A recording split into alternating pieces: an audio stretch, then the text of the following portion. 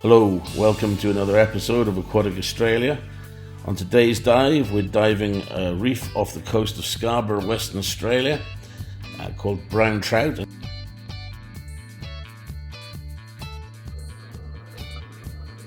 One of the most popular activities for divers is to hunt the Western Australian rock lobster. It's one of our principal exports. It's a well-managed industry, and we have strict catch limits and licensing for divers. The reef is full of caves and caverns, lined with colourful sponges and soft corals. Lying motionless inside a cave, we find a scorpion fish. Its poisonous spines on its back and its camouflage make it a relative to the more ostentatious lionfish. In another hole, we find an octopus waiting to pounce. And here I try to use my fingers to get it to try to shoot out a tentacle and grab me, but we couldn't entice it out of its hole. Very cautious. Everything likes to eat an octopus. The hunter soon becomes the hunted.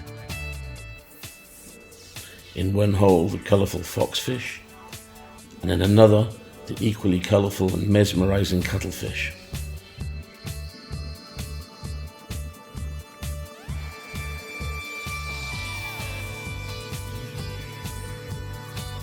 In every part of the reef, there are creatures finding their niche, and where they don't yet have a niche, they fight for one.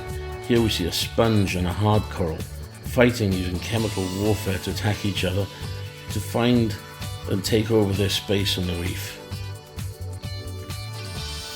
These reefs indeed have a lot of hard coral, and more of it as you go further north again, thanks to the Lewin Current, which brings warm water down the coast from Coral Bay and Exmouth.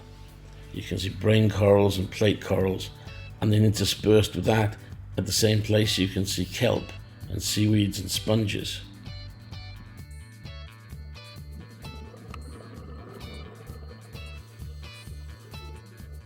For today's dive, I'm diving with an old friend of mine, Chris Merritt, from the British Aquatic Club of Western Australia.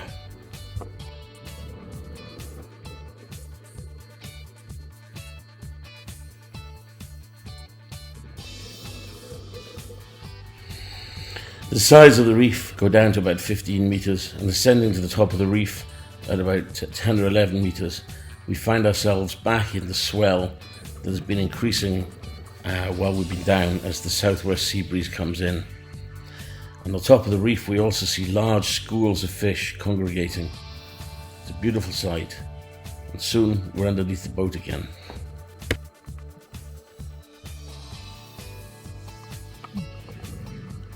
I'm joined by one of my favourite regular dive companions, a large southern Maori wrasse. This one with its lined face is a large male, and around it are the smaller females.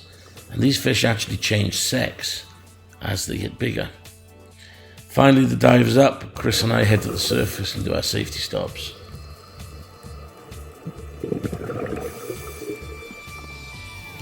Hanging under the boat, I watch Chris try to mount the ladder in the growing swell of the southwest sea breeze, just wishing my air supply would last forever and I didn't have to get up. But eventually time's come, we board the boat and head for home. Another great day's diving done. Thanks, that's all for today. Come join us again on Underwater Australia. Look for you at the next episode.